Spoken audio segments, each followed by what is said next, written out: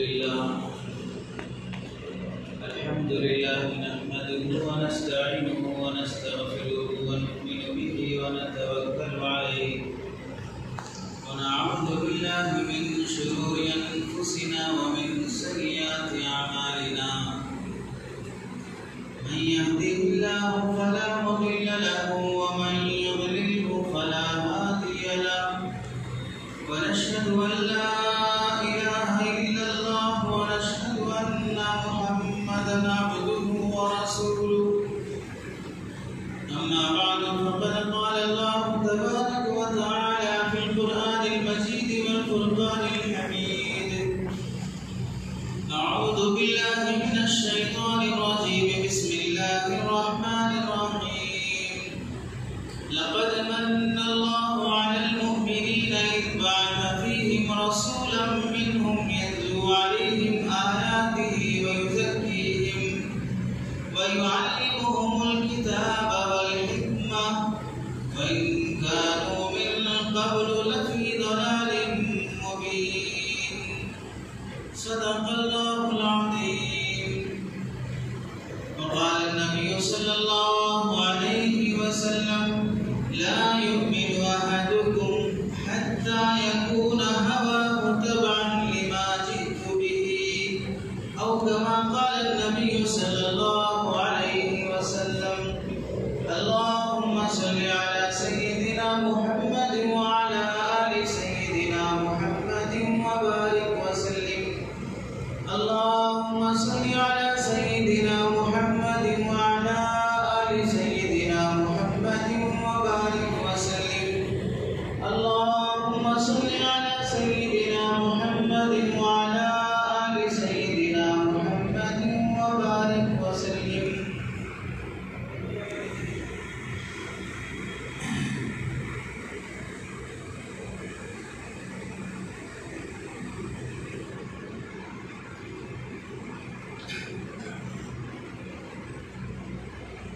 میرے محترم عزیزوں بزرگوں اور دوستوں، قرآن مجید کی آیت اور حدیث پاک آپ حضرات کے سامنے پڑھی گئی. آیت پاک اور حدیث کی روشنی میں آپ حضرات کے سامنے حضور پاک صلی اللہ علیہ وسلم کی سیرت سے متعلق ہی ایک پہلو بیان کرنا ہے، جس کا عنوان ہے حقوق مصطفیٰ صلی اللہ علیہ وسلم. حضور پاک صلی اللہ علیہ وسلم کے ہم لوگوں پر، امتیوں پر کیا کیا حق بنتے ہیں، ان میں سے 3 حقوق کا تذکرہ کرنا ہے. باقی علماء نے کتابوں میں کئی حقوق لکھے ہیں، ان میں سے بنیادی حقوق اگر یہ ہماری زندگی میں آ جائے، ہر انسان کا دوسرے انسان پر ایک حق ہوتا ہے. بیوی کے ذمے شوہر کا حق ہے، شوہر کے ذمے بیوی کا حق ہے، پڑوسی کے ذمے پڑوسی کا حق ہے، مسلمان کے ذمے مسلمان کا حق ہے، اولاد کے ذمے باپ کا، باپ کے ذمے اولاد کا. ایک معاشرہ جو انسانی شکل میں جی رہا ہے، اللہ نے ایک دوسرے کے ساتھ ایسے جوڑ کے رکھا ہے کہ کوئی کسی سے بے نیاز نہیں ہے. مجھے دنیا میں کسی کی ضرورت نہیں ہے، میں اپنے حساب سے کسی کا محتاج بنے بغیر جی لوں گا، ایسا کوئی انسان نہیں کہہ سکتا. اللہ نے انسان کو اتنا محتاج بنایا ہے، وہ اپنی ہر ضرورت میں دوسرے کا محتاج ہے. آپ جو کپڑے پہنے ہیں، خود کپڑے بنائے، کپڑے بنانے کے لیے خود روئی اگائے، روئی اگانے کے لیے خود ہل چلائے، خود بیج ڈالے، خود پانی دیے، اس کے بعد روئی دھو کے نکالے، پھر روئی سے کپڑا بنائے، پھر کپڑے سے ٹیلرنگ سیکھے، پھر اس کے بعد پیجامہ کرتا بنائے، پھر اس کے بعد آپ کو گنڈی کی ضرورت پڑی، گنڈی بنانے کا فن خود آپ نے سیکھا، اس کی مشین بنائے، پھر اس کا دھاگا بنائے. کون سی ایسی چیز ہے جو انسان کی ضرورت کی ہو، اس کی ابتدا سے لے کر انتہا تک خود اس نے پورا کیا. ہر چھوٹی چیز کے لیے انسان دوسرے انسان کے پاس جانا پڑتا ہے. اللہ نے اسے ایسے جوڑ کے رکھا ہے، کوئی کسی سے بے نیاز نہیں.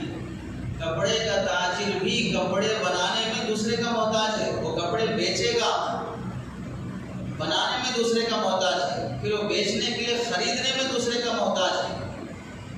ویسے دنیا کی ہر ضرورت اللہ تعالیٰ نے انسانوں کے ساتھ ایسے جوڑ کے رکھا ہے، کوئی انسان بے غرض ہو کے نہیں جی سکتا، ایک دوسرے سے غرض متعلق ہے۔ اب ان حقوق میں یہ اغراض جو متعلق ہیں، فلاں سے فلاں کا مقصد حاصل ہونا ہے، ضرورت پوری ہونا ہے، اس ضرورت پوری ہونے میں اللہ نے جو ہدایات اور ارشادات فرمائے ہیں اور اسلامی تعلیمات جیسی ہیں، اس کے مطابق ایک دوسرے سے ضرورتیں پوری کیا کرو۔ اس سے متعلق آج کچھ باتیں آپ حضرات کے سامنے عرض کرنی ہے۔ اس سے پہلے تقریباً 2 جمعوں سے یہ چٹھی آ رہی ہے جس میں حضور پاک صلی اللہ علیہ وسلم کی شان سے متعلق 4 مصرے لکھے گئے ہیں، وہ پڑھ لیتے ہیں، اور اس کے بعد اور ایک حضور پاک صلی اللہ علیہ وسلم پر ماہر القادری کا ایک سلام ہے، وہ بھی پڑھ لیتے ہیں۔ حضور پاک صلی اللہ علیہ وسلم سے عشق اور محبت کی گفتگو کی بات ہے۔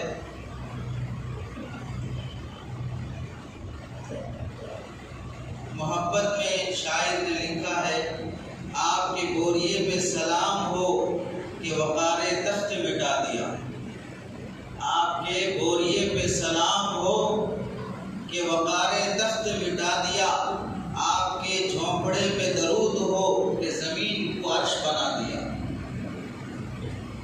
آپ کے گوریے پہ سلام ہو کہ وقار تخت مٹا دیا، آپ کے جھونپڑے پہ درود ہو کہ زمین کو عرش بنا دیا، آپ کے فقر و فاقے نے حل کیے معاشیات کے مسئلے، آپ کے فقر و فاقے نے حل کیے ہیں معاشیات کے مسئلے، آپ کی غریبی نے ہم غریبوں کو جینا سکھا دیا، آپ کی غریبی نے ہم غریبوں کو جینا سکھا دیا۔ اس میں دوسرا مصرع، آپ کے جھونپڑے پہ درود ہو کہ زمین کو عرش بنا دیا، عرش کا مطلب ہے بلندی، مقام اور مرتبے کے اعتبار سے بلندی۔ اللہ کا عرش مراد نہیں ہے، اللہ کے نبی زمین کے جس حصے پہ تھے، جس مکان میں، مدینے کے جس کمرے میں اللہ کے نبی باحیات تھے اور فی الوقت ہیں، آرام فرما رہے ہیں، ظاہر سی بات ہے وہ حصہ دنیا کے تمام حصوں سے افضل ہے، مقام و مرتبے کے اعتبار سے بلند و بالا ہے۔ تو یہ کہا گیا کہ آپ کے جھونپڑے پہ درود ہو کہ زمین کو عرش بنا دیا، آپ کے فقر و فاقے نے حل کیے معاشیات کے مسئلے، آپ کی غریبی نے ہم غریبوں کو جینا سکھا دیا۔ حضور پاک صلی اللہ علیہ وسلم سے محبت ہو اور سچی محبت ہو تو انسان کو اشعار پڑھنے میں بھی مزہ آتا ہے، اور اس سے پہلے بھی بات آئی تھی کہ حضور پاک صلی اللہ علیہ وسلم کی شان میں اشعار کہنے اور حضور پاک صلی اللہ علیہ وسلم کی تعریف نظم میں ہو یا نثر میں ہو، اگر شریعت کے دائرے میں رہ کر کوئی کہتے ہیں تو اللہ کے نبی صلی اللہ علیہ وسلم تک وہ چیزیں پہنچائی جاتی ہیں۔ بندے کے ہر عمل پہنچتا ہے تو حضور کی تعریف نہیں پہنچتی، درود پہنچایا جاتا ہے، ہر عمل پیر اور جمعرات کو امتیوں کا پیش کیا جاتا ہے، احادیث میں ثابت ہے۔ ایسے بہت اچھے اشعار ماہر القادری کے ہیں، سلام اس پر جس نے بے کسوں کی دستگیری کی، سلام اس پر جس نے بے کسوں کی دستگیری کی، سلام اس پر جس نے بادشاہی میں فقیری کی، سلام اس پر کہ اسرار محبت جس نے سکھلائے، سلام اس پر جس نے زخم کھا کے پھول برسائے، سلام اس پر جس نے خون کے پیاسوں کو قبائیں دی، جس نے دشمنی کی اللہ کے نبی نے انہیں ہدیے تحفے دیے، سلام اس پر جس نے خون کے پیاسوں کو قبائیں دی، سلام اس پر جس نے گالیاں سن کر دعائیں دی، سلام اس پر کہ دشمن کو حیات جاویداں دی، سلام اس پر ابو سفیان کو جس نے اما دی۔ فتح مکہ کے موقع پر اللہ کے نبی صلی اللہ علیہ وسلم نے جن جن لوگوں کو امان کا پروانہ دیا تھا اس میں ابو سفیان کو بھی دیا تھا۔ سلام اس پر جس کا ذکر ہے سارے صحائف میں، اللہ نے جتنی آسمانی کتابیں نازل فرمائی ہیں سب میں اللہ کے نبی کا تذکرہ موجود ہے۔ سلام اس پر جس کا ذکر سارے صحائف میں، سلام اس پر ہو، سلام اس پر ہوا مجروح جو بازار طائف میں، سلام اس پر وطن تنگ کرتے تھے، سلام اس پر کہ گھر والے بھی جس سے جنگ کرتے تھے۔ گھر والے سے مراد خاندان کے لوگ، حضور پاک صلی اللہ علیہ وسلم کے اہل خانہ یعنی بیوی مراد نہیں ہے، خاندان کے لوگ قریش۔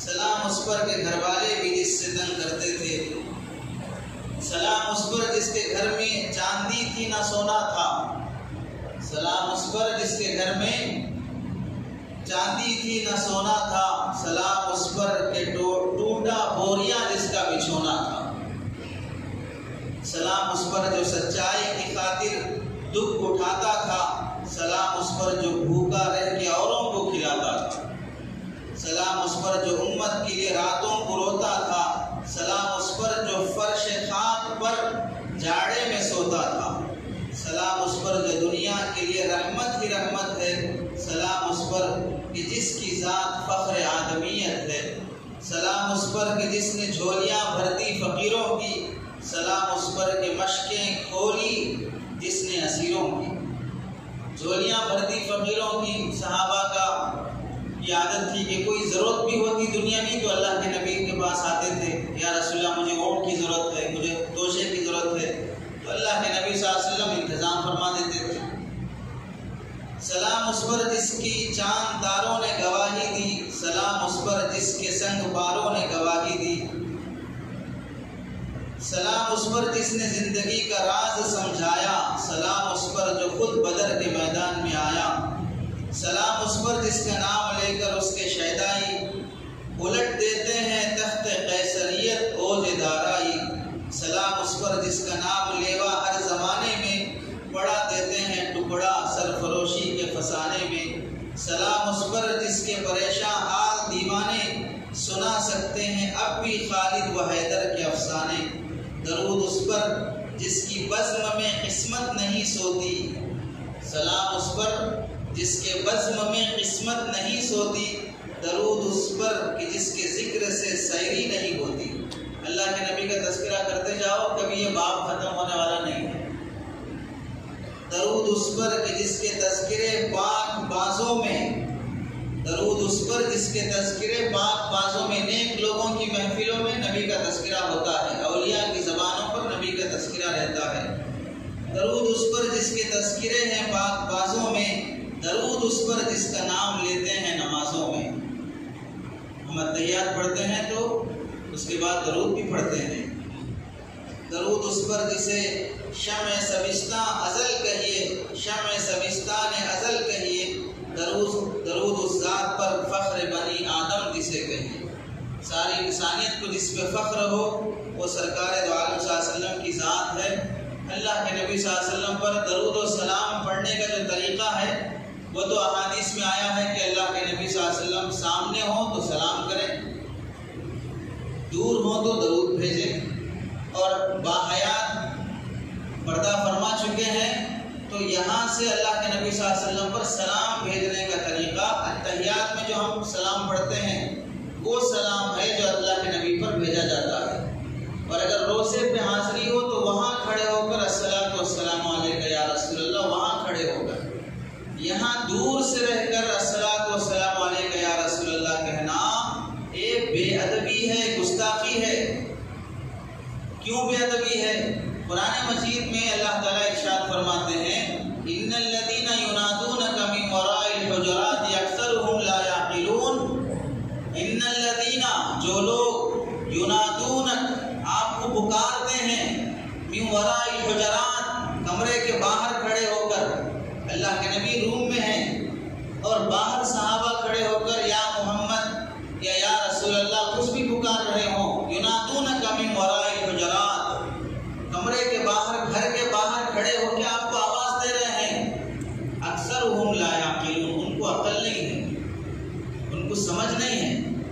نبی کی شان یہ نہیں ہے کہ نبی کو بلایا جائے، نبی کا مقام یہ ہے کہ آنے تک انتظار کیا جائے، کھڑے رہ کر اللہ کے نبی کے آنے کا انتظار کیا جائے، بڑوں کو پکارا نہیں جاتا۔ آج بھی اگر آپ کے والد آگے جا رہے ہوں تو آپ کا ادب یہ ہے کہ آپ آگے بڑھ کے ان سے کچھ بات کہیں، یہیں سے پکار کر ابا ایک بات سنتے جاؤ، یہ بے ادبی ہے، بڑوں کو پکارا نہیں جاتا۔ اسی واسطے کہا گیا عاشق وہ نہیں ہے جو نبی کو در در بلائے. عاشق وہ نہیں ہے جو نبی کو در در بلائے، عاشق وہ ہے جو نبی کے در پہ جائے. روزے پہ حاضری دو، یہ سعادت کی بات ہے. روزے کی سعادت کی حاصل کرنے کے بجائے در در پکارنا. ہم حیدرآباد میں کھڑے ہو کے یا رسول اللہ بول رہے ہیں، وہ ممبئی میں کھڑے ہو کے یا رسول اللہ بول رہے ہیں، وہ وہاں کھڑے ہو کے یا رسول اللہ بول رہے ہیں. کہاں کہاں بلاؤ گے؟ خود چلے جاؤ در پہ. اللہ کے نبی صلی اللہ علیہ وسلم نے شفاعت کی خوشخبری دی ہے، جو میرے روزے پہ آ کے سلام پڑھے میں اسے کل قیامت کے دن شفاعت کروں گا. کوئی حدیث ایسی نہیں ہے جو مجھے اپنے در پہ بلائے میں اس کے لیے سفارش کروں گا. تو اس واسطے دعا کرو کہ اللہ سے اللہ ہمیں نبی کے روزے کی حاضری عطا فرمائے، وہاں کھڑے ہو کر گھنٹوں سلام پڑھنے کا موقع ملے، وہاں کھڑے ہو کر دل کی مرادیں اللہ کے نبی کے سامنے رکھ کے یہ درخواست کریں کہ اللہ کے نبی آپ اپنے رب کے پاس ہماری یہ مرادیں پوری فرما دیجیے. یہ موقع ملنا ہمارے لیے سعادت کی بات ہے. یہاں سے پکارنا یہ بے ادبی گستاخی ہے. اللہ کے نبی صلی اللہ علیہ وسلم کی سیرت سے متعلق جو پہلو آج بیان کرنا ہے وہ ہے حقوق مصطفیٰ. حضور پاک صلی اللہ علیہ وسلم کے کیا کیا حقوق بندوں کے ذمے ہیں. گزشتہ سے بھی یہ بات آئی ہے کہ اللہ کے نبی صلی اللہ علیہ وسلم کو اللہ تعالیٰ نے جو کمال، جو جمال اور جو نوال، کمال بھی بڑا ایسا کہ کسی انسان کو دنیا میں آج تک نہ دیا گیا نہ آگے کسی کو دیا جائے گا، ایسی باکمال شخصیت. اور جمال بھی ایسا کہ نہ آج تک کسی انسان کو ملا، نہ کسی نبی کو ملا، نہ آگے کسی نبی کو ملے گا. اور نوال یعنی انعام کرنا، احسان کرنا بھی ایسا کہ آج تک نہ کسی نبی نے، کسی انسان نے ایسے احسانات اپنی امت پر نہیں کیے جتنے احسانات سرکار دو عالم صلی اللہ علیہ وسلم نے اس امت پر کیے.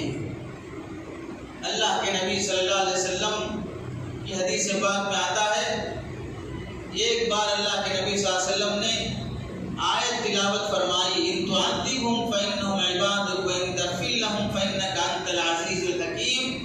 اے اللہ اگر آپ ان بندوں کو عذاب دیں تو یہ تیرے ہی بندے ہیں، وان تغفر لهم اگر آپ انہیں بخش دیں آپ بڑے زبردست حکمت والے ہیں، آپ کو کون روک سکتا ہے، کون پوچھ سکتا ہے. یہ حضرت ابراہیم علیہ السلام نے دعا کی تھی اپنے امتیوں اور اپنی قوم کے بارے میں کہ اللہ میری قوم اگر گناہ کی وجہ سے آپ انہیں عذاب دیں تو آپ تو حق ہے، آپ کے بندے ہیں، اگر آپ بخش دیں تو آپ بڑی حکمت والے ہیں. اور یہ حضرت عیسیٰ علیہ السلام نے بھی کہا تھا، اور حضرت نوح علیہ السلام نے کہا تھا کہ یہ جو گنہگار بندے ہیں ان کو تو آپ ہلاک ہی کر دیجیے. اللہ کے نبی صلی اللہ علیہ وسلم نے اللہ تعالیٰ سے دعا فرمائی کہ اللہ میں اختیار دینے کی بات نہیں کرتا ہوں، میں تو درخواست ہی کرتا ہوں کہ آپ میری امت کو بخش ہی دیجیے. آپ عذاب دینا چاہیں تو دے سکتے ہیں، لیکن میں آپ سے درخواست کرتا ہوں کہ آپ میری امت کو بخش ہی دیجیے. یہ دعا کرنے کے بعد اللہ کے نبی غمزدہ تھے. مشکاۃ شریف کی حدیث ہے، غمزدہ ہوئے، آنکھوں سے آنسو نکلنے لگے. اللہ تعالیٰ نے حضرت جبرائیل علیہ السلام کو بھیجا، جا کے پوچھو محمد کو کیا غم ستا رہا. اللہ کو معلوم ہے کہ کیا غم ہے، اللہ سے کوئی چیز چھپی ہوئی نہیں ہے. پھر بھی اللہ تعالیٰ حضرت جبرائیل علیہ السلام کو بھیج رہے ہیں اس خاطر کہ امت کو پتہ چلے کہ تمہارا نبی تمہاری خاطر کتنا تڑپ رہا ہے کہ جبرائیل آسمانوں سے اسے تسلی دینے کے لیے آنا پڑتا ہے. حضرت جبرائیل علیہ السلام آئے اور پوچھا یا رسول اللہ آپ کو کس بات کا غم ہے. اللہ کے نبی صلی اللہ علیہ وسلم نے فرمایا میرے دنیا سے جانے کے بعد میری امت کے سلسلے میں غم ہے. اللہ تعالیٰ نے وحی کے ذریعے سے اللہ کے نبی کو تسلی دی، سنرزیک ولا نسو، ہم آپ کو خوش کر دیں گے آپ کی امت کے بارے میں، آپ کو غمزدہ نہیں کریں گے. ہم آپ کو آپ کی امت کے بارے میں خوش کر دیں گے، آپ کو غمزدہ نہیں کریں گے، پریشان ہونے نہیں دیں گے. اللہ کے نبی صلی اللہ علیہ وسلم نے دعا فرمائی. حدیث پاک میں ہے کہ اللہ نے ہر نبی کو 3 دعائیں دی ہیں. وہ 3 دعائیں ہر نبی نے اپنی امت کی خاطر اور حسب موقع جیسے اللہ کی منشا تھی ان انبیاء نے وہ دعائیں کر لی. اللہ کے نبی صلی اللہ علیہ وسلم فرماتے ہیں میں نے وہ دعائیں موقوف رکھی ہیں کہ قیامت کے دن اپنی امت کی خاطر کرنی ہے. امت کی خاطر وہ دعائیں کرنے کے لیے ان دعاؤں کو میں نے موقوف رکھا. ایک بار اللہ کے نبی صلی اللہ علیہ وسلم گھر میں تشریف لائے. حضرت عائشہ رضی اللہ تعالیٰ عنہ نے درخواست فرمائی کہ یا رسول اللہ آپ میرے لیے دعا فرما دیجیے. کیا دعا فرمائیں؟ کہ اللہ تعالیٰ مجھے بخش دے. اللہ کے نبی صلی اللہ علیہ وسلم نے دعا فرمائی کہ اللہ عائشہ کے گناہوں کو بخش دے، جو علانیہ ہوں، چھپے ہوئے ہوں، بڑے ہوں، چھوٹے ہوں. حضرت عائشہ رضی اللہ تعالیٰ عنہ بڑی خوش ہوئی. خوشی کے مارے ان کا سر ان کی گود میں جانے لگا، جھوم جھوم کے خوش ہونے لگی کہ اللہ کے نبی نے میری ہر گناہ کی مغفرت کی دعا کر دی ہے، کیوں قبول نہیں ہوگی؟ ایک تو شوہر بھی ہے، ایک تو نبیوں کا نبی ہے. تو حضرت نبی پاک صلی اللہ علیہ وسلم نے پوچھا عائشہ اس وجہ سے خوش ہو رہی ہو کہ میں نے تمہارے لیے مغفرت کی دعا کی ہے؟ اور یہ دعا مغفرت کی میں اپنی امت کے لیے روزانہ دن میں 70 مرتبہ کرتا ہوں، دن میں 70 مرتبہ کرتا ہوں. تو کتنا احسان اللہ کے نبی صلی اللہ علیہ وسلم کا اس امت پر ہے. تو ایسی باکمال ذات اس بات کا حق رکھتی ہے کہ ہم اس پر ایمان لائیں، اس کو نبی مانیں، اس کو آخری نبی مانیں اور اس کی اطاعت کریں اور ان کی اتباع کریں، ان کی سنتوں کی زندگی گزاریں. یہ اللہ کے نبی صلی اللہ علیہ وسلم کا حق ہے. کسی کی مان کے چلنا، کسی پر جان مال لٹانا تب ہوگا جب ہم اس کے اندر کچھ ایسا دیکھیں جو ہمارے اندر نہیں ہے. اب ہم میں سے کون آدمی بتا سکتا ہے اللہ کے نبی کے اندر جو کمالات تھے نعوذ باللہ وہ سب میرے اندر ہیں؟ ہمارے اندر ایک پائی کے برابر بھی نہیں ہے، بلکہ نبی کے کمالات کسی اور نبی میں نہیں ہے. سارے نبیوں کے کمالات اللہ تعالیٰ نے ایک ذات بابرکت میں جمع فرما دی. حسن یوسف، دم عیسیٰ، ید بیضا داری، آنچ خوبا ہما دارن تو تنہا داری. حضرت یوسف کا حسن بھی آپ میں ہے. حضرت عیسیٰ علیہ السلام پھونک مارتے تھے تو مردے زندہ ہو جاتے تھے. آپ نے کہا مردے زندہ تو ہوئے ہی، کنکریاں جن میں کبھی جان نہیں ہوتی ہے ان میں بھی اللہ نے جان ڈال دی. ابو جہل یا کسی کافر نے آیا اور کہا کہ میں ایمان لا لوں گا، یہ جو میرے ہاتھ میں کنکریاں ہیں یہ کلمہ پڑھ لیں اور آپ کے رسول ہونے کی گواہی دیں. اللہ کے نبی نے کنکریوں سے کلمہ پڑھوایا. مردہ تو کبھی اس میں زندگی تھی، جان تھی، کنکریوں میں کبھی جان ہوتی نہیں ہے. اللہ نے ان میں بولنے کی قوت معجزے کے طور پہ حضرت نبی پاک صلی اللہ علیہ وسلم کے ذریعے سے ظاہر فرمائی. دم عیسیٰ، حضرت عیسیٰ کو جو معجزہ دیا گیا تھا علیہ السلام وہ اللہ کے نبی کو دیا گیا. ید بیضا، حضرت موسیٰ علیہ السلام کو اللہ نے معجزہ دیا تھا، بغل کے نیچے ہاتھ رکھ کے نکالتے تو سورج کی طرح چمکتا تھا. تو وہ ہاتھ کا معجزہ اللہ کے نبی صلی اللہ علیہ وسلم نے صحابی کو لکڑی دی، اس لکڑی سے ٹارچ سے بھی زیادہ روشنی آنے لگی اور کئی لوگوں کی زندگیوں میں ہدایت کی روشنی اللہ کے نبی صلی اللہ علیہ وسلم کی زندگی کے معجزات اور تعلیمات کی برکت سے قیامت تک مل رہی ہیں. یہ تمام معجزے جو اللہ نے نبیوں کو دیے ہیں، آنچ خوبا ہما دارن، جو خوبیاں تمام نبیوں میں بکھری ہوئی ہیں تو تنہا داری، وہ ساری خوبیاں ایک اللہ کے نبی کی ذات میں موجود ہیں. بعدس خدا بزرگ توئی قصہ مختصر، لا يمكن الثناء كما كان حقه. اللہ کے نبی کی ذات کی جیسی تعریف کرنا ہے ویسی تعریف کرنا ممکن نہیں ہے. بس اتنا کہہ سکتے ہیں بعدس خدا بزرگ توئی قصہ مختصر. اللہ کے بعد اگر کوئی ذات بابرکت ہے تو سرکار دو عالم صلی اللہ علیہ وسلم کی ذات. آپ کے صحابہ کے مقام کو کوئی نہیں پہنچ سکتا. سارے دنیا کے ولی مل کر ایک صحابی کے درجے کو نہیں پا سکتے. سارے صحابہ مل کر ایک نبی کے درجے کو نہیں پہنچ سکتے. سارے انبیاء مل کر سرکار دو عالم صلی اللہ علیہ وسلم کے مقام کو حاصل نہیں کر سکتے. تو کیسے اس ذات بابرکت کی عظمت ہمارے دل میں ہونا چاہیے، کیسے ان سے محبت ہونا چاہیے. اللہ نے آپ کو کیسا باکمال بنایا ہے. روایات میں آتا ہے حضور پاک صلی اللہ علیہ وسلم دنیا سے تشریف لے جانے کے بعد حضرت عائشہ رضی اللہ تعالیٰ عنہ کے پاس حضور کا ایک جبہ تھا جو اللہ کے نبی استعمال فرماتے تھے. جب کبھی مدینے میں کوئی آدمی بیمار ہو جاتا اور اسے دوا دارو علاج کرانے کے بعد صحت نہیں ملتی تو حضرت عائشہ رضی اللہ تعالیٰ عنہ کے پاس آتا.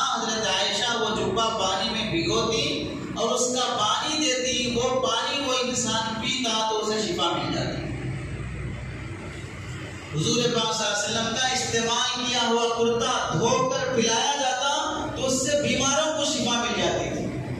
حضرت عائشہ رضی اللہ تعالیٰ دنیا سے جانے کے بعد حضرت اسماء رضی اللہ تعالیٰ کے پاس وہ جبہ آیا اور وہ بھی اسی طرح کا عمل کرتی تھی کہ جب مدینے میں کوئی بیمار لا علاج یہاں پہنچ جاتا تو اس جبے کا پانی دیا جاتا، اسے شفا مل جاتی تھی، جس میں اطہر سے لگے ہوئے کرتے کے اندر اللہ نے یہ کمال رکھا ہے کہ اس سے بیماروں کو شفا مل رہی ہے۔ اور روایت میں آتا ہے حضرت سائب بن یزید رضی اللہ تعالیٰ صحابی رسول ہیں، ان کی خالہ اللہ کے نبی کے پاس لے کے آئی، چھوٹے بچے تھے، کہنے لگی کہ ان کے سر میں اور پیٹ میں عجیب قسم کا درد رہتا ہے، بے چین اور پریشان رہتے ہیں، یا رسول اللہ ان کے لیے دعا فرما دیجیے۔ اللہ کے نبی نے ان کے سر پہ ہاتھ پھیرا، وضو فرمایا، اور وضو کا جو پانی گر رہا تھا ہاتھوں سے چہرے سے وہ پانی انہیں دیا پینے کے لیے۔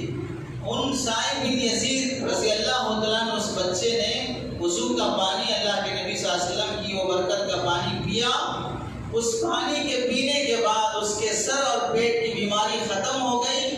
اللہ کے نبی نے ہاتھ پھیرا سر پر، اس ہاتھ کی برکت یہ تھی کہ 100 سال سے بھی زیادہ ان کی عمر ہو گئی لیکن سر میں کوئی بال سفید نہیں ہوا، سر میں کوئی بال سفید نہیں ہوا۔ اور وہ پانی پینے کی برکت یہ ہوئی ہے جو اللہ کے نبی صلی اللہ علیہ وسلم نے دیا تھا۔ 100 سال گزرنے کے بعد بھی ان کا ایک دانت نہ گرا نہ ہلا، دانتوں میں بھی کوئی فرق نہیں آیا۔ 100 سال سے زائد کی عمر ہے، بچپن میں لے آئے تھے، ہاتھ پھیرا تو کوئی بال سفید نہیں ہوا 100 سال کے بعد بھی، اور پانی پیا تو 100 سال گزر گئے تو بھی کوئی دانت نہیں نکلا۔ اب تو 25 سال میں 15 سال میں دانت اکھڑنا شروع ہو گئے۔ تو اللہ کے نبی صلی اللہ علیہ وسلم کے جس میں اطہر کی یہ برکتیں ہیں تو کیسا باکمال اللہ نے اللہ کے نبی کو بنایا ہوگا۔ اور ایک روایت میں آتا ہے حدیث پاک میں، اللہ کے نبی صلی اللہ علیہ وسلم جب ہجرت کر کے مکہ سے مدینہ جا رہے تھے، راستے میں بھوک لگی تو ایک جھونپڑی پڑی جو ایک خاتون کی تھی جسے حدیث میں ام معبد کہا گیا۔ ان کے شوہر باہر کہیں کمانے گئے تھے اور اللہ کے نبی حضرت ابوبکر رضی اللہ تعالیٰ یہ دونوں حضرات پہنچے اور کھانے کے لیے کچھ مانگا تو ان کے پاس کچھ نہیں تھا۔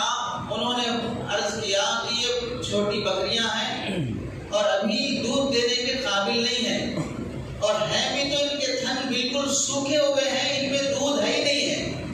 اب گھر میں بھی کچھ کھانے کو نہیں ہے، اگر ہوتا تو دے دیتی، اگر یہ بکری دودھ دینے کے قابل ہوتی تو میں اس کا دودھ نکال کے دے دیتی، نہ گھر میں ہے نہ بکری دودھ دینے کے قابل ہے۔ اللہ کے نبی صلی اللہ علیہ وسلم نے حضرت ابوبکر رضی اللہ تعالیٰ عنہ سے فرمایا بکری لے کے آؤ۔ لانے کے بعد اللہ کے نبی نے اس کے تھنوں پہ ہاتھ پھیرا، جو ابھی سوکھے ہوئے تھے، دودھ دینے کے قابل نہیں تھی، اس کے تھن دودھ سے بھر آئے اور برتن بھر گئے دودھ نکالتے نکالتے۔ اللہ کے نبی نے پیا، صدیق اکبر نے پیا، گھر والی نے پیا، ام معبد نے، اور اس کے بعد بھی برتنوں میں دودھ بچا ہے۔ اللہ نے نبی کے دست مبارک کی برکت سے بکری کتنے سال زندہ رہتی ہے؟ بکری کی عمر کتنے سال کی ہے؟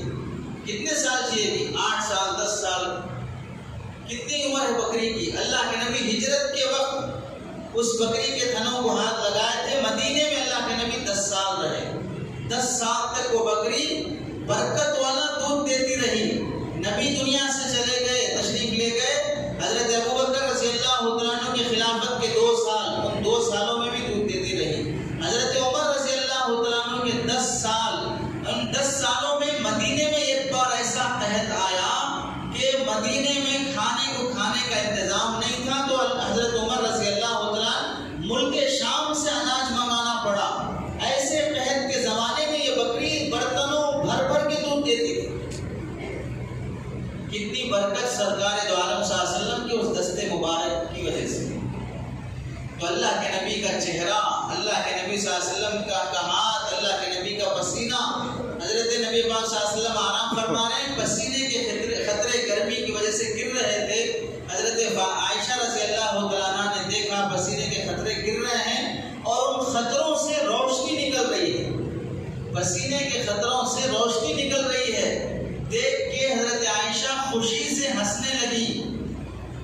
خوشی کے مارے جھومنے لگی. اللہ کے نبی صلی اللہ علیہ وسلم نے دیکھا, پوچھا عائشہ کس وجہ سے خوش ہو رہی ہو؟ حضرت عائشہ رضی اللہ تعالیٰ عنہ نے فرمایا, یا رسول اللہ, میں آپ کے پسینے کے خطروں سے روشنی نکلتی ہوئی دیکھ رہی تھی, اور مجھے عرب میں ایک مشہور شاعر گزرا ہے, وہ شاعر اپنی محبوبہ کے بارے میں ایک شعر کہا تھا. وہ شعر میں کیا کہا تھا کہ میری محبوبہ کی چہرے کی لکیروں کو تم دیکھو گے, ایسا محسوس ہوگا چاند سے کرنیں نکل رہی ہیں, سورج سے کرنیں نکل رہی ہیں. سورج جب طلوع ہوتا ہے تو اس سے کرنیں نکلتی ہیں, روشنی پھوٹتی ہے. میرے محبوب کے چہرے کی لکیریں سورج سے نکلنے والی کرنوں کی طرح روشن ہوتی ہیں. تو وہ شاعر جو اپنی محبوبہ کے بارے میں کہا تھا, وہ اس کے بارے میں تو غلط ہے, آپ کے بارے میں صحیح ہے کہ آپ کے پسینے کے اور چہرے سے جو خطرے ٹپک رہے ہیں اس سے روشنی نکل رہی, کرنیں پھوٹ رہی ہیں. جب یہ بات حضرت عائشہ رضی اللہ تعالیٰ عنہ نے سرکار دو عالم صلی اللہ علیہ وسلم کو سنائی, اللہ کے نبی خوش ہوئے, لیٹے تھے, کھڑے ہو کر حضرت عائشہ کے چہرے پہ ہاتھ رکھ کر دونوں ان بھاؤں کے درمیان میں پیشانی پر بوسہ دے کر فرمایا, عائشہ آج تم نے مجھے ایسا خوش کیا ہے کہ میں بدلے میں تمہیں ویسا خوش نہیں کر سکتا. آج تم نے مجھے ایسا خوش کیا ہے کہ میں بدلے میں تمہیں ویسا خوش نہیں کر سکتا. اور خوشی کا اظہار اللہ کے نبی صلی اللہ علیہ وسلم نے پیشانی پہ بوسہ دے کے فرمایا. تو ایسی پاکیزہ ذات جس کے چہرے میں کمال, جس کے ہاتھ میں کمال, جس کے پسینے میں کمال, جب اللہ کے حضرت انس رضی اللہ عنہ فرماتے ہیں, بات کرتے ہوئے جب اللہ کے نبی کے یہ دندانے مبارک نظر آتے تو ان دانتوں سے روشنی نکل کر سامنے کی دیوار پر پڑتی تھی. ہم صاف محسوس کرتے تھے کہ دیوار پر روشنی پڑ رہی ہے, یہ دانتوں کی روشنی ہے. اللہ کے نبی صلی اللہ علیہ وسلم کو اللہ تعالیٰ نے ہر اعتبار سے باکمال بنایا ہے. تو اس نبی کی ذات پر ہمارا, اس نبی کے حق میں ہمارے ذمہ پہلا حق یہ بنتا ہے کہ ہم اللہ کے نبی صلی اللہ علیہ وسلم پر ایمان لائیں. نبی کا پہلا حق یہ ہے کہ ہم اللہ کے نبی پر ایمان لائیں, نبی کو اپنا نبی مانیں اور آخری نبی مانیں. حضور پاک صلی اللہ علیہ وسلم کے بعد کوئی نبی آنے والا نہیں ہے.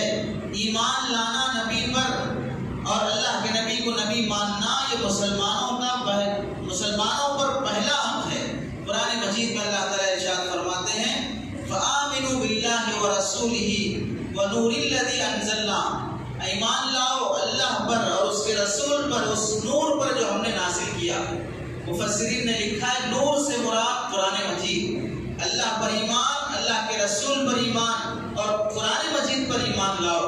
اور ایک جگہ اللہ نے فرمایا فآمنوا باللہ ورسولہ النبی الامی الذی, ایمان لاؤ اللہ پر اور نبی امی پر جو نبی کے اللہ پر اور اللہ کی تعلیمات پر ایمان رکھتا ہے. واتبعوہ لعلکم تہتدون, اور اس نبی کی اتباع کرو تو سیدھے راستے میں باقی رہو گے. اور اگر نبی پر ایمان نہیں لاؤ گے تو قرآن مجید میں اللہ ارشاد فرماتے ہیں وَمَن لَّمْ يُؤْمِن بِاللَّهِ وَرَسُولِهِ فَإِنَّا أَعْتَدْنَا لِلْكَافِرِينَ سَعِيرًا, جو اللہ پر اور اس کے رسول پر ایمان نہیں لائے گا ہم اس کے لیے دہکتی ہوئی جہنم تیار کر کے رکھے. یہ نبی کا پہلا حق ہے. جو نبی پر ایمان نہیں رکھ رہا ہے وہ اللہ کے نبی کی شان میں گستاخی کر رہا ہے. نبی کے حق ادا کرنے میں وہ سب سے پہلی کوتاہی نبی کو نبی نہیں ماننا. اور اس سے بڑی گستاخی یہ بھی ہے کہ اللہ کے نبی صلی اللہ علیہ وسلم کے بعد کسی اور کو نبی ماننا. آپ کو معلوم ہونا چاہیے اللہ کے نبی صلی اللہ علیہ وسلم کے نرینہ اولاد کوئی زندہ نہیں رہی. لڑکے پیدا ہوئے لیکن باحیات نہیں رہے. کوئی 6 مہینے میں, کوئی 8 مہینے میں, کوئی 18 مہینے میں دنیا سے تشریف لے گئے. کیا حکمت ہے؟ اللہ تعالیٰ بعض سے تو حضرت اسحاق علیہ السلام, ابراہیم علیہ السلام کے بیٹے اسحاق علیہ السلام, ان کے بیٹے یعقوب علیہ السلام, ان کے بیٹے یوسف علیہ السلام, 4 آدمی, باپ, بیٹا, دادا, پردادا سب نبی بن رہے ہیں. اور یہاں سرکار دو عالم صلی اللہ علیہ وسلم کے ایک بیٹا بھی نہیں ہے جو نبی بن سکے. کیوں بیٹوں کا سلسلہ اللہ تعالیٰ نے ختم فرما دیا اور بیٹیاں باقی رکھا، اور بیٹیوں کے ذریعے سے سادات خاندان کا سلسلہ اللہ نے آج بھی دنیا میں چلایا ہے۔ اہل بیت آج بھی اللہ کے نبی صلی اللہ علیہ وسلم کی بیٹیوں کے حضرت حسن حضرت حسین رضی اللہ عنہما کی نسل سے چل رہے ہیں۔ محدثین نے اس کی حکمت لکھی ہے، اللہ کے نبی کا اگر کوئی بیٹا باحیات ہوتا اور وہ بڑا ہوتا تو وہ یا تو نبی ہوتا یا نبی نہیں ہوتا۔ نبی ہوگا تو پھر اللہ کے نبی آخری نبی نہیں ہو سکتے، اور نبی کا آخری نبی نہیں ہونا بھی نبی کی شان میں بے ادبی ہے۔ اللہ کے نبی نے فرمایا میری مثال ایسی ہے جیسے کہ ایک ذات نے ایک بڑا خوبصورت محل بنایا اور اس کی ہر اینٹ کو اپنی جگہ بہترین سجایا۔ ایک جگہ جو بہت سینٹر کی ہے وہاں ایک اینٹ کی جگہ خالی ہے، وہ اینٹ اگر آ جائے وہاں پر تو محل بڑا خوبصورت ہو جائے گا۔ اب اس کے علاوہ اس محل میں کوئی جگہ ہے ہی نہیں کہیں پر اینٹ رکھا جا سکے۔ اللہ کے نبی نے فرمایا وہ محل نبیوں کا ہے اور وہ اینٹ کی جگہ میں ہوں، اب میں آ گیا ہوں اس نبیوں کے محل میں، اب کوئی جگہ یہاں پر نبی کی آنے کی نہیں ہے۔ لا نبی بعدی، میرے بعد کوئی نبی ہو ہی نہیں سکتا۔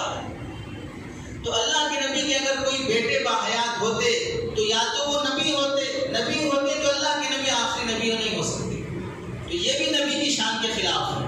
اگر وہ نبی نہیں ہوتے، نبی کے بیٹے اگر نبی نہیں ہوتے تو دشمن یہ تانا دیتے کہ دیکھو نبی کا بیٹا نبی نہیں ہے، دشمن یہ تانا دیتے کہ نبی کا بیٹا نبی نہیں ہے۔ تو اللہ تعالیٰ نے نبی کے بیٹے ہی ختم کر دیے کہ نہ تانا ملے میرے نبی کو، نہ میرے نبی کی شان میں کوئی گستاخی ہو کہ بے ادبی ہو کہ نبی کے بعد بھی کوئی نبی آیا ہے۔ تو جب اللہ تعالیٰ ہمارے نبی کے نرینہ اولاد ہی ختم کر دیے کہ کوئی نبی آپ بعد میں آنے کی گنجائش ہی نہ رہے، تو بعد میں کوئی پنجاب میں پیدا ہو کے نبی ہونے کا دعویٰ کر رہا ہے۔ اب حال میں نظام آباد میں ایک پیدا ہوا ہے گھڑا کہیں کا، وہ نبی ہونے کا دعویٰ کر رہا ہے۔ اللہ کے نبی نے فرمایا میرے بعد 30 آدمی آئیں گے جو نبی ہونے کا دعویٰ کریں گے، اور سب کے سب جھوٹے، دجال، کذاب، وقت کے فرعون ہوں گے، ان کی بات نہ مانی جائے۔ بلکہ امام ابو حنیفہ رحمۃ اللہ علیہ نے فرمایا کوئی نبی ہونے کا دعویٰ بھی کرے تو اسے دلیل مانگنے سے پہلے ہی ختم کر دو۔ کیا دلیل ہے تو نبی ہونے پر؟ مانگنا بھی ناجائز ہے۔ دعویٰ کیا مہلت دو توبہ کرنے کی، توبہ کیا ٹھیک ہے نہیں تو ختم کر دو۔ کیوں دلیل کیوں نہیں مانگنا؟ دلیل مانگنے کا مطلب یہ ہوا کہ اگر وہ دلیل دے دے گا تو آپ مان لیں گے، اگر وہ دلیل دے گا تو آپ مان لیں گے، وہ دلیل دے گا تو بھی نہیں مانیں گے، نہیں دے گا تو بھی نہیں مانیں گے، کیونکہ نبی کے بعد کوئی نبی نہیں ہے، یہی سب سے بڑی دلیل ہے۔ تو کوئی نبی ہونے کا دعویٰ کرے تو اس کی بات مانی ہی نہیں جائے گی، اسے توبہ کی مہلت دو ورنہ قتل ہی کرو۔ اور یہ جتنے بھی پیدا ہوتے ہیں، ایک پیدا ہوا غلام احمد قادیانی، ابھی جو نظام آباد میں پیدا ہوا اس کا نام بول رہا، آپ بھی اخبارات میں پڑھے ہوں گے۔ ایک پیدا ہوا، اب پتہ نہیں آپ کون کون سی خبریں پڑھتے ہیں، اتوار کا آخری پیپر پابندی سے پڑھتے ہوں گے جو بیچ میں رکھ کے دیتے ہیں۔ وہ خبریں پڑھو جو آپ کے دین سے متعلق ہو، وہ خبریں پڑھو جو آپ کی معاش سے متعلق ہو۔ پڑھنے میں کوئی حرج نہیں ہے، لیکن پڑھنے کا سلیقہ بھی ہونا چاہیے کہ مجھے اس سے کیا فائدہ ہوگا۔ اور ایک پیدا ہوا بے احمق قسم کا، شکیل بن حنیف نام ہے، وہ تو 2 in 1 ہے، وہ نہ مرد ہے نہ عورت ہے، 2 in 1 ہے وہ یہ بھی کہہ رہا ہے کہ میں عیسیٰ بھی ہوں اور وہ یہ بھی کہہ رہا ہے کہ میں مہدی بھی ہوں۔ حالانکہ حضرت عیسیٰ اور ہیں، مہدی اور ہیں، حضرت عیسیٰ آ چکے، حضرت مریم رضی اللہ تعالیٰ عنہا سے پیدا ہو چکے، اپنے زمانے میں نبوت کر چکے، اور اب آسمانوں پر موجود ہیں، قیامت کے قریب دوبارہ تشریف لائیں گے۔ دوبارہ پیدا ہوں گے نہیں، پیدا ہو گئے ایک بار، دوبارہ تشریف لائیں گے۔ اللہ کے نبی نے فرمایا میرے بعد کوئی نبی پیدا نہیں ہوگا، کوئی نبی آئے گا نہیں، یہ نہیں فرمایا، آئیں گے نبی، آسمان سے آئیں گے، ماں کے پیٹ سے پیدا نہیں ہوں گے۔ وہ حضرت عیسیٰ علیہ السلام آئیں گے، اور حضرت مہدی جو اب تک پیدا نہیں ہوئے ہیں وہ دنیا میں آئے ہی نہیں ہیں۔ اب یہ انسان کہہ رہا ہے کہ میں عیسیٰ بھی ہوں، میں مہدی بھی ہوں۔ عیسیٰ علیہ السلام پیدا ہو گئے اور مہدی پیدا نہیں ہوئے، تو اب کیا کہہ رہا ہے؟ میں پیدا بھی ہو گیا، میں پیدا بھی نہیں ہوا، ٹرائل مارنے آیا ہوں۔ پیدا ہو تو کیسا ہوتا دیکھیں گے، ایک بار ٹرائل مار کے آئیں گے دنیا میں جا کے۔ تو جو مہدی پیدا نہیں ہوئے وہ بھی ہونے کا دعویٰ کر رہا ہے، اور جو پیدا ہو چکے ہیں وہ بھی ہونے کا دعویٰ کر رہا ہے۔ اور اللہ حفاظت فرمائے ہمارے پاگل نوجوان جو یوٹیوب اور گوگل کی وجہ سے دین سیکھنا چاہتے ہیں اور آہستہ سے جو کان میں آ کے پھونکتے ہیں ایسا ہوا ویسا ہوا۔ یاد رکھو، حق ڈنکے کی چوٹ پر آتا ہے، باطل دبے پاؤں آتا ہے۔ یہ آہستہ آگے سمجھائے گا ایسا شکیل بن حنیف آیا ہے، وہ مہدی ہے، وہ عیسیٰ ہے، اور وہ یہ دلیل دے رہا ہے، وہ فلاں دے رہا ہے، تم آؤ 1-2 گھنٹے ہم کو دو، ہم تم کو سمجھائیں گے دجال کا مطلب یہ ہے، وہ فلاں کا مطلب یہ ہے۔ اس طرح مانتے مانتے اللہ حفاظت کرے 20 سے 25 ہزار نوجوان گمراہ ہو چکے ہیں۔ 20 سے 25 ہزار نوجوان اس 2-in-1 کو اپنا عیسیٰ مان رہے ہیں، اور اللہ حفاظت کرے پوری دنیا میں اس وقت 350 لوگ جیل میں پڑے ہیں جو عیسیٰ ہونے کا دعویٰ کیے سو ہیں۔ 350 لوگ جیل میں پڑے ہوئے ہیں جو عیسیٰ اور مہدی ہونے کا دعویٰ کر رہے ہیں۔ اور آپ کو معلوم ہونا چاہیے یہ سب لوگ وہ ہیں جو اس کی خاطر دعوے کرتے ہیں، پیٹ کی خاطر۔ پیٹ کی خاطر مطلب حاملہ بننے واسطے نہیں، پیٹ کی خاطر مطلب کھانے کے واسطے، اپنی غذا اور اپنی معاش کی خاطر یہ دعوے کرتے ہیں۔ ہارون رشید کے زمانے میں بھی ایک آدمی آ کے دعویٰ کیا کہ اللہ مجھے نبی بنایا ہے، تو ہارون رشید اس کی پھٹیچر حالت کو دیکھ کے بولے اسے لے جا کے کچن روم میں رکھ دو۔ بادشاہ کا کچن روم، کیسے کیسے کھانے کی مزیدار چیزیں رہتی ہیں، اسے لے جا کے کچن روم میں رکھ دو، 1 ہفتہ وہاں پر رکھے۔ اس کے بعد بلائے، پوری قریبی کھا پی کے مست ہو گیا، بلائے اب کیا وحی آ رہی تمہارے پر جناب؟ تو بولا اب اللہ کی طرف سے وحی آ رہی ہے، مرنے تک ہارون رشید کے کچن روم میں چھوڑو گے۔ اب یہ وحی آ رہی ہے کہ مرنے تک ہارون رشید کے کچن روم میں چھوڑو بول کے وحی آ رہی ہے۔ تو اپنی معاش کی خاطر یہ لوگ جھوٹے دعوے کرتے ہیں، اور ایسے آوارہ قسم کے سڑک چھاپ لوگ ان کو اپنا عیسیٰ مہدی مانتے ہیں، اپنے ہدیے تحفے لے جا کے دیتے ہیں، ان کا گزارا چلتا ہے۔ باقی یاد رکھو ایسے سڑے ہوئے غلیظ گندے نالی کے کیڑوں کو ہم پیر کی نوک پر بھی رکھنا نہیں چاہتے، جائے ان کو ہم سر کا تاج بنائے اور انہیں عیسیٰ مہدی مانیں۔ یہ ہماری غلاظت بننے کے بھی لائق نہیں ہے۔ ان لوگوں کو ہم عیسیٰ مانیں گے، ان لوگوں کو ہم مہدی مانیں گے؟ بچہ ہمارے پاس صرف ایک ایمان ہے، اس کی حفاظت کر لو۔ تمہاری دولتیں لٹ گئی، تمہارے اکاؤنٹ کلوز ہو چکے، تمہارا بینک بیلنس لٹ چکا، تمہارے زمینوں پر حملے کی باری چل رہی ہے، تمہاری نیشنلٹی پر حملے کی باری چل رہی ہے۔ اگر کچھ بچا سکتے ہو تو یہ ایمان بچانے کے قابل ہے، اس ایمان کا بھی سودا ہو گیا تو پھر کیا بچا آخر؟ لٹ جائے دولتیں تو لٹ جائے، کوئی فخر کوئی پریشانی کی بات نہیں ہے۔ کامیابی ناکامی کا فیصلہ دنیا میں ہونا نہیں ہے، آخرت میں ہوگا۔ ایمان کی حفاظت کی فکر کرو۔ یہ زمانہ جس سے ہم گزر رہے ہیں ایمان پر حملے کا زمانہ ہے۔ ایمان کے لٹیرے مختلف بہانوں سے ایمان پر حملہ کر رہے ہیں۔ تو اللہ کے نبی صلی اللہ علیہ وسلم پر، اللہ کے نبی صلی اللہ علیہ وسلم کا پہلا حق جو ہم پر بنتا ہے وہ یہ ہے اللہ کے نبی پر ایمان لانا اور نبی کو آخری نبی ماننا۔ کوئی نبی پیدا نہیں ہوگا دنیا میں، نہ تلنگانہ میں پیدا ہوگا، نہ آندھرا میں پیدا ہوگا، نہ دلی گجرات میں پیدا ہوگا۔ پیسے کی خاطر ایسے بھی لوگ دنیا میں آئے ہیں، عورتیں بھی نبی ہونے کا دعویٰ کیے ہیں، عورتیں بھی نبی ہونے کا دعویٰ کیے ہیں۔ ہم جب بنگلور میں پڑھ رہے تھے تو اس وقت ایک عورت آئی تھی روحی ماں کے نام سے، اب تو دنیا اسے بھول بھی گئی ہے، بہت کم لوگ ہیں جو جانتے ہیں۔ اس کے حساب سے نبی بننے کا زمانہ میں 2-3 سال کا تھا، 2-3 سال نبی تھی، اس کے بعد ریٹائرڈ ہو گئی۔ اپنے نبی ہونے کا دعویٰ کر کے کئی مردوں کو گمراہ کر دی۔ اللہ حفاظت فرمائے، یہ قبر وہاں کے قبرستان سے گزرنا ہوا تو 2 قبروں پر کتبے ہم نے دیکھے جو روحی ماں پر ایمان لائے ہوئے تھے۔ ان کے کتبوں پہ لکھا ہوا تھا کہ یہ روحی ماں پر ایمان لائے ہوئے لوگ ہیں۔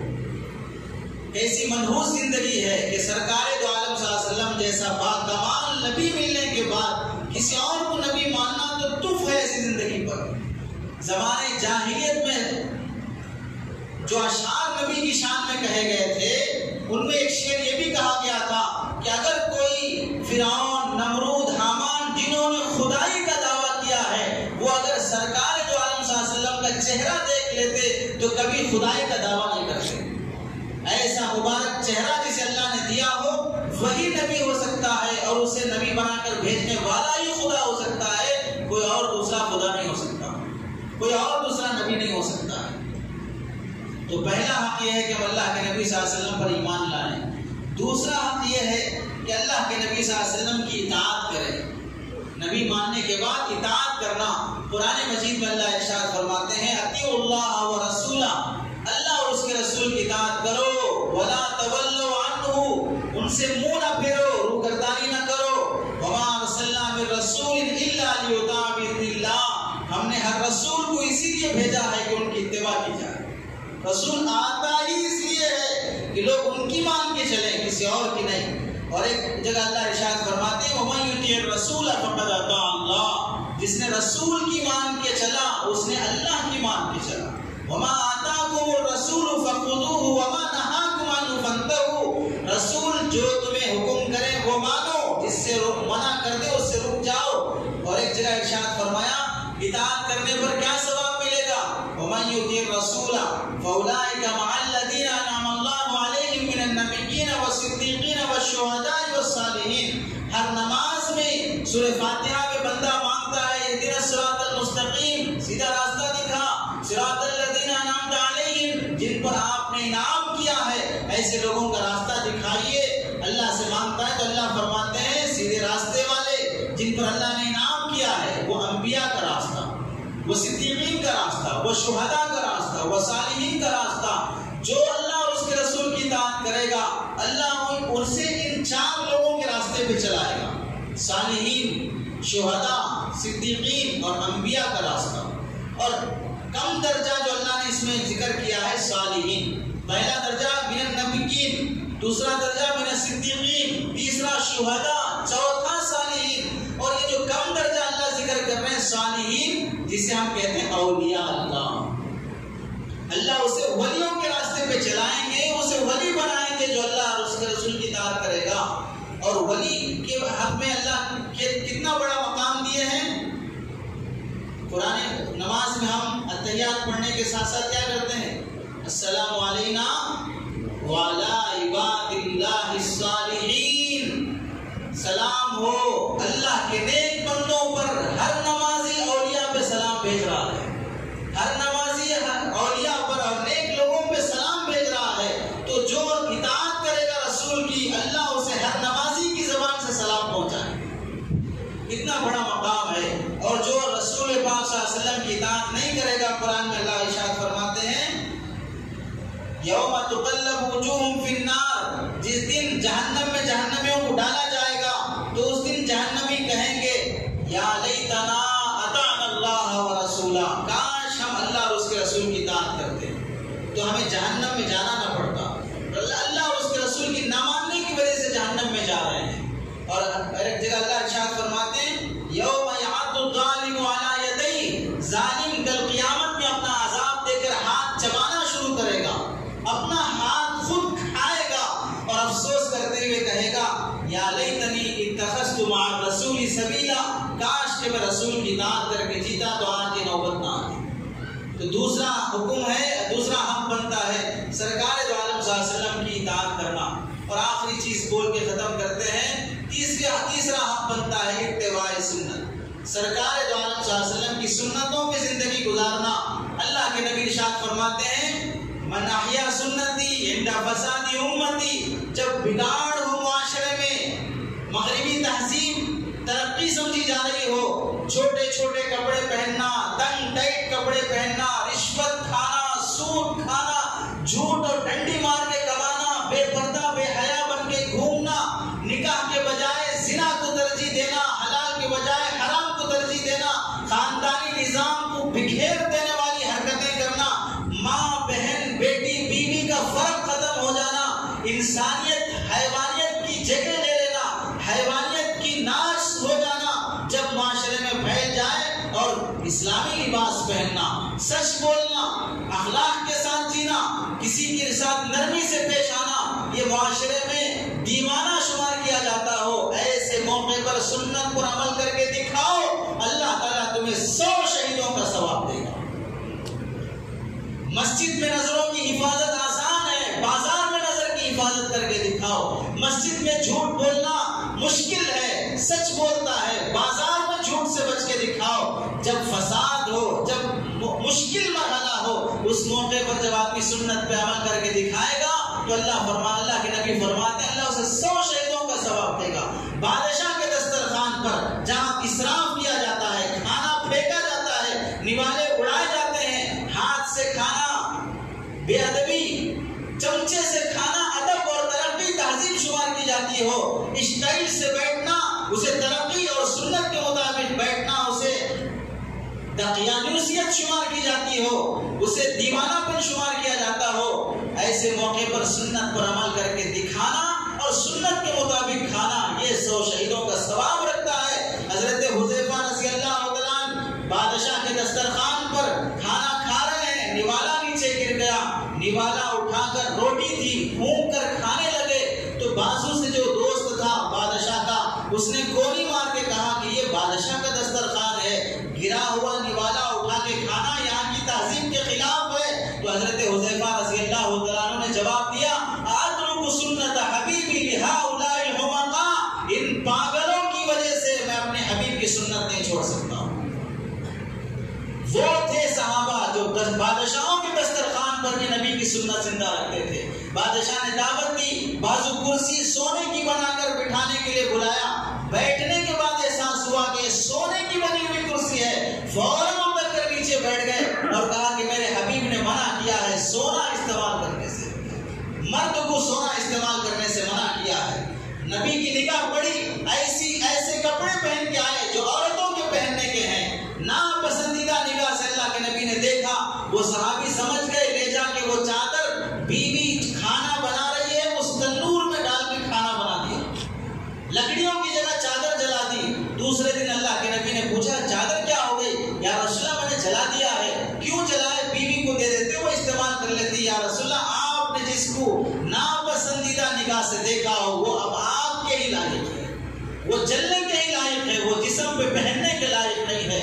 مرد کو انگوٹھی پہنے دیکھا، اللہ کے نبی نے فرمایا یہ کیا جہنم کا گڑھا باندھ کے رکھے ہو، اٹھا کے پھینک دیا۔ نبی جانے کے بعد صحابہ نے عرض کیا اٹھا لو، بیچ کے کچھ کام میں لا دو، تو وہ صحابی کہنے لگے جس کو اللہ کے نبی نے ناپسند فرما کے پھینکا ہو اب میں اسے ہاتھ نہیں لگاؤں گا۔ یہ تھی صحابہ کی شان، یہ تھی اللہ کے نبی صلی اللہ علیہ وسلم کی اتباع سنت۔ حضرت اسود کو بوسہ دے رہے حضرت عمر رضی اللہ عنہ، کیا ملتا ہے حضرت اسود کو بوسہ دینے سے؟ وہ بھی ایک پتھر ہے، لیکن حضرت عمر فرماتے ہیں اے حضرت اسود تو نہ نفع دے سکتا ہے نہ نقصان دے سکتا ہے، اگر میں نے اپنے حبیب محمد مصطفیٰ کو تیرا بوسہ لیتے ہوئے نہ دیکھتا تو میں تیرا بوسہ نہیں لیتا، میں صرف اتباع سنت میں محمد صلی اللہ علیہ وسلم کی اتباع میں تیرا بوسہ لے رہا ہوں۔ حضور پاک صلی اللہ علیہ وسلم کی سنت کی زندگی گزارو، پھر دیکھو دنیا میں کیسی خوشیاں پاؤ گے۔ آج جو ہمارے اوپر ظالمانہ حالات، مسجدوں پر ناجائز قبضے، مسلمانوں کی نیشنلٹی ختم کرنے کے فیصلے، مسلمانوں کو تنگ کرنا، موغلنچی کے مسئلے، یہ سب جو کچھ ہو رہے ہیں وجہ یہ ہے کہ ہم نے سرکار کی سنت کو چھوڑ دیا، ہم نے ان کی زندگی سے منہ موڑ لی۔ وہ لوگ جو کھڑے ہو کر پیشاب کرتے ہیں، جنہیں بہن اور بیٹی اور بیوی کا فرق نہیں ہے، جن کے پیدا ہونے والوں کو باپ کا نام تک نہیں معلوم ہے، جن کے حرامی اور حلالی ہونے میں کوئی فرق نہیں ہے، ایسی گری ہوئی کتوں کی تہذیب کی امریکہ کو ہم منہ مانگے ہوئے دام دے کر ان کی تہذیب کو اپنے گود میں بسا رہے ہیں۔ جب ہم وہاں سے توبہ کریں گے اور لات مار کے ٹھوکر کی نوک پہ رکھ کے سرکار دو عالم صلی اللہ علیہ وسلم کی سنت کو اپنی شادیوں میں کر کے دکھاؤ، اپنی تجارتوں میں، معاش میں، تجارت میں، معاشرت میں، گھروں میں، محلوں میں، تمہارا ایریا، تمہاری بستی، تمہاری شکل مسلمانوں کی بن کے دکھے تو پھر دیکھو کوئی مائے کا لال نہ پیدا ہوا جو تمہیں دھمکی دے سکے، جس کا روک تم پہ پڑ سکے۔ ارے تم تو وہ ہو جنگل کے درندوں میں تمہاری آواز گونجی تو جنگل کا شیر بھی اپنی جگہ چھوڑ کر، سانپ بھی اپنی بل سے نکل کر جنگل خالی کرنے لگا کہ جنگل کے درندوں ہم